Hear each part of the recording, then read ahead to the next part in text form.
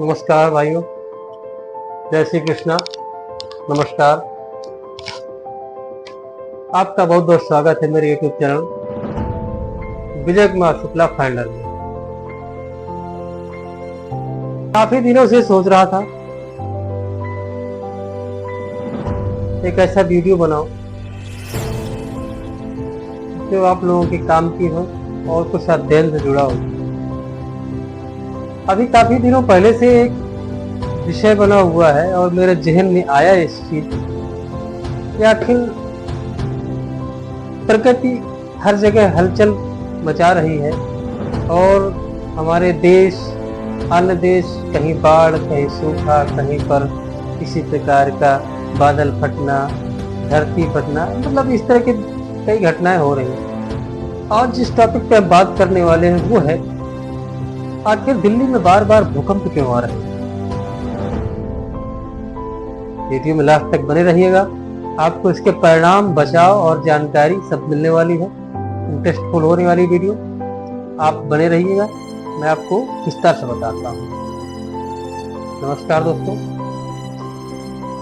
क्या आपने महसूस किया है कभी कि पिछले कुछ महीनों में दिल्ली में बार बार भूकंप के झटके क्यों आ रहे हैं? क्या यह सामान्य है या एक खतरे की घंटी? आज की इस वीडियो में हम जानेंगे कि भूकंप कैसे आते हैं, दिल्ली में या एनसीआर में भूकंप के झटके बार बार क्यों आ रहे हैं। और आइए हम समझते हैं इसे एक वैज्ञानिक तरीके से कि हमारे क्षेत्र में, हमारे दिल्ली में, देश की धड़कन में ऐसा क्यों हो रहा है। प्रश्न ये उठता है कि भूकंप कैसे आता है। बहुत से लोग शायद नहीं जानते होंगे और बहुत से जानते भी हैं, फिर भी मैं जानकारी के लिए बता दूं कि भूकंप पृथ्वी के अंदर, मतलब भूकंप से पृथ्वी के अंदर होने वाली हलचलों का एक नतीजा है। पृथ्वी की सतह एकदम ठोस नहीं होती है, जैसा कि आप देख रहे होंगे एकदम ठोस होती होगी, पर पृथ्वी लेयर में बटी होती है और वो सतहें कई हिस्सों में बटी होती है। उन हिस्सों में कई तरह की गतिविधियां होती रहती हैं। उन लेयरों को हम टेक्टोनिक प्लेट्स कहते हैं। वैज्ञानिक भाषा में उन लेयरों को, उन सतहों को हम टेक्टोनिक प्लेट्स कहते हैं। ये प्लेट्स बहुत धीरे धीरे हिलती रहती हैं। जब दो प्लेटें एक दूसरे से टकराती हैं या फिसलती हैं तो उनके बीच तनाव पैदा होता है, घर्षण होता है। जब ये तनाव एक सीमा से ज्यादा हो जाता है तो वहां पर एक अचानक विस्फोट होता है। उस विस्फोट के कारण धरती हिलती है, जिसे हम भूकंप के नाम से जानते हैं। इस ऊर्जा को हम, जो ऊर्जा निकलती है जो एक हिलाती है धरती को, इस ऊर्जा को हम सीस्मिक वेव्स कहते हैं, जो धरती की सतह को हिलाती है। अब बात आती है कि दिल्ली में बार बार भूकंप क्यों आते हैं। भूकंप आना एक प्राकृतिक घटना है और इस घटना को देखा जाए तो हर क्षेत्र में, हर देश में कहीं ना कहीं अंदर जो हो रहा है वह निकल के आता है। हमारे शरीर में जो आज बन रहा है, ब्लॉकेज हो रहा है या कुछ बन रहा है, पथरी बन रही है या कोई, वो जब सामने आती है बीमारी तब हम उसका ऑपरेशन करवाते हैं, उसका इलाज करवाते हैं। इस पृथ्वी में क्या पल रहा है, क्या हो रहा है, ये घटना बाद में समझ में आती है। तो अब बात आती है कि दिल्ली में बार बार भूकंप क्यों आते हैं। क्योंकि कई बार हो गया, अभी मैंने देखा पिछले कई महीनों से, और इधर 3 जुलाई, 4 जुलाई ये सब लगातार आ रहे हैं ये साधारण बात नहीं, बार बार आते हैं, बार बार भूकंप आते हैं। दिल्ली में भले ही पहाड़ी इलाका नहीं है, लेकिन यह भूकंपीय जोन 4 में आता है, मतलब खतरे की घंटी है। दिल्ली में 4 जोन में आता है, जहां की अधिकांशतः खतरा बना रहेगा और है। यानी यह भूकंप आने की संभावना काफी हद तक रहती है। इसका मुख्य कारण है कि दिल्ली के पास ही स्थित है हिमालय पर्वत, और वहां होती है 2 टेक्टोनिक प्लेटों की टक्कर।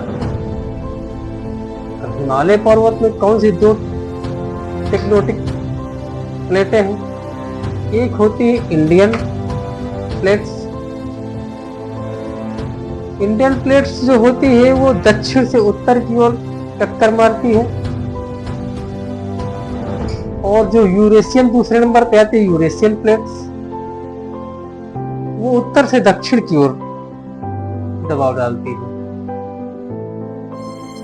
जब ये दोनों का एक दूसरे के प्रति दबाव बढ़ता है, आपस में टकराती हैं, तो इस टक्कर से जब वेग पैदा होता है वो कई सौ किलोमीटर तक का दायरा लेता है। इसमें कोई भी शहर आ सकता है, कोई भी क्षेत्र आ सकता है। वो भूकंप की स्थिति बन जाती है। यूरेशियन और इंडियन प्लेट्स अपोजिट साइड में जब टकराती हैं तो वो भूकंप का कारण होती है।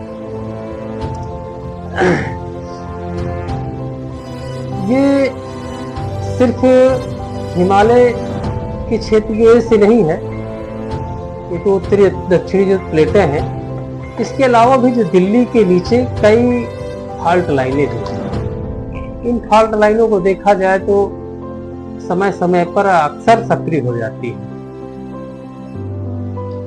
इसका कारण भी मूल है। इसके नीचे जो सतहें हैं वो खासकर इस क्रिया में ज्यादा प्रभावित हो जाती है, जल्दी प्रभावित हो जाती है। विशेषज्ञ मानते हैं कि दिल्ली में भविष्य में एक बड़ा भूकंप आने वाला है।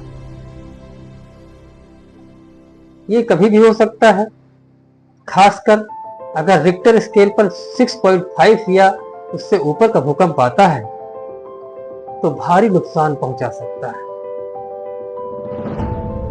आपको मालूम होगा गुजरात के कच्छ में एक बार आया था, 6.25 ऐसे आया था रिक्टर पैमाने पर, जो कि भारी तबाही किया था। हालांकि वहां की जनसंख्या यहाँ से कम थी, वहाँ मैदानी इलाका था, कुछ ही छोटे बड़े शहर थे, लेकिन इमारतें थी, इसकी वजह से वहां पर उतना जान माल का नुकसान हुआ। लेकिन अगर दिल्ली में यही भूकंप इस रिक्टर पैमाने पर आता है 6.5 पर, तो दिल्ली की घनी आबादी ज्यादा है, यहाँ पर नुकसान की बहुत संभावना है। पुरानी इमारतें सुरक्षित हैं, ट्रैफिक और सकरी गलियां बचाव कार्य में बाधा बन सकते हैं। इसलिए दिल्ली वासियों के लिए एक खासकर तकलीफ की बात है कि यहाँ की आबादी को ज्यादा नुकसान हो सकता है अगर ये स्केल पर आता है। तो मेरा कहना है कि अगर भूकंप कभी आता है उसके समय तुरंत क्या करें, आपको कुछ सावधानी भी रखनी चाहिए, क्योंकि समय है, कभी भी आ सकता है, कोई बता के नहीं आता, लेकिन अपनी तैयारी हमेशा रखनी है। दिल्ली एनसीआर के आसपास क्षेत्रों के लिए खास चेतावनी है। भूकंप के समय घबराएं नहीं, अपनों का और अपना ख्याल रखें, होपलेस मत होइए, ध्यान रखिए। परेशानी है और आपके साहस से ही टल सकती है। जब भी भूकंप आए, किसी मजबूत मेज, फर्नीचर या किसी सुरक्षित स्थान के नीचे बैठ जाएं। दीवारों, खिड़कियों से और भारी चीजों से दूर रहें। अगर बाहर हैं तो खुली या खुले मैदान पे जाएं, पेड़ के पास, बिजली के खंभों के पास, किसी पुराने दीवार, मकान के पास न खड़े रहें। भूकंप से पहले की तैयारी भी कर लेनी चाहिए। आप घर पे हैं, कभी कोई दिक्कत है तो उसके पहले एक योजना बनाइए। घर में एक फर्स्ट एड किट रखें। किसी समय किसी को चोट लगती है या कोई दिक्कत है तो आप फर्स्ट एड किट रखें। दवा, मलहम, पट्टी जो भी है तो ये रखें। जरूरी दस्तावेज जो है एक स्थान पर रख लें। आपके कागजात होते हैं घरेलू, मकान के, गाड़ी के, कहीं से भी जो भी घरेलू दस्तावेज है उनको एक बैग में, एक फाइल में लगा के एक जगह रखिए, ताकि किसी भी आपात स्थिति में आप तुरंत उनको लेकर सुरक्षित जगह से जा पहुंच सके। मान लीजिए वहां पर फिर घर गिरे या कोई हानि पहुंचे तो आपके दस्तावेजों को नुकसान न पहुंचे। तीसरा, परिवार में आपातकाल योजना बनाएं, जैसे कि हम यहाँ से अचानक इधर उधर हुए भगे तो फिर हम कहाँ मिलेंगे। ये एक योजना होनी चाहिए, दूरदर्शिता है हर परिवार के लिए, हर फैमिली के लिए। आज भले आपको लगेगा ये क्या बक रहा है, पर ऐसा नहीं है। कल को किसी प्रकार की समस्या आपके फैमिली में आती है इन दायरों में, या भूकंप के अलावा भी कई ऐसी समस्याएं हैं, युद्ध चल रहा है, कोई विस्फोट हुआ है, कोई यहाँ भागा, कोई वहाँ भागा, तो उसके लिए एक योजना बनाए कि हम ऐसा हुआ तो एक समय बाद हम कहाँ मिलेंगे, वहाँ हम सबका इंतजार करेंगे। ऐसी योजना बना के रखें। रेडियो या मोबाइल से जानकारी लेते रहें। समय समय पर रेडियो, मोबाइल में आपको सरकार द्वारा सूचित किया जाता है खोए हुओं को, या किसी प्रकार के आश्रय लेने के लिए, किसी प्रकार की सुविधा के लिए आपको हर तरह की जानकारी के लिए मोबाइल रखना चाहिए पास में। घर में है तो तुरंत गैस लाइन या गैस पाइप, बिजली, पानी सभी बंद कर देना चाहिए। किसी प्रकार का रिसाव नहीं होना चाहिए, जिससे प्रकार की दुर्घटना किसी प्रकार न हो सके। जरूरतमंदों की सहायता करें। आप फिट हैं तो हो सकता है आपके पड़ोसी इस प्रकार से, या रास्ते में किसी को, किसी घर में किसी प्रकार की कोई तकलीफ है, कोई घायल हुआ है, ऐसी स्थिति में इसको तुरंत सहायता पहुंचाए, अस्पताल तक पहुंचाए। ये आपका परम धर्म है। निष्कर्ष बाद में हम यही कह सकते हैं कि दोस्तों, भूकंप एक प्राकृतिक घटना है जिसे हम रोक नहीं सकते हैं, लेकिन सही जानकारी और तैयारी से हम इसके प्रभाव को कम जरूर कर सकते हैं। अगर अपनों से जानकारी उपयोगी लगी हो, अगर आपको ये जानकारी उपयोगी लगी हो तो वीडियो शेयर करें, लाइक करें और अपने अनुभव साझा करें हमारे कमेंट बॉक्स में आकर। साथ ही साथ मैं समय समय पर कुछ न कुछ नई चीज़ों के बारे में इस चैनल पर उपलब्ध कराता रहता हूँ। किसी स्थान विशेष के बारे में, किसी प्राकृतिक घटना के बारे में, या ट्रेवलिंग के बारे में, किसी स्थान पे जो नई जगह दिखाता हूँ मैं समय समय पर।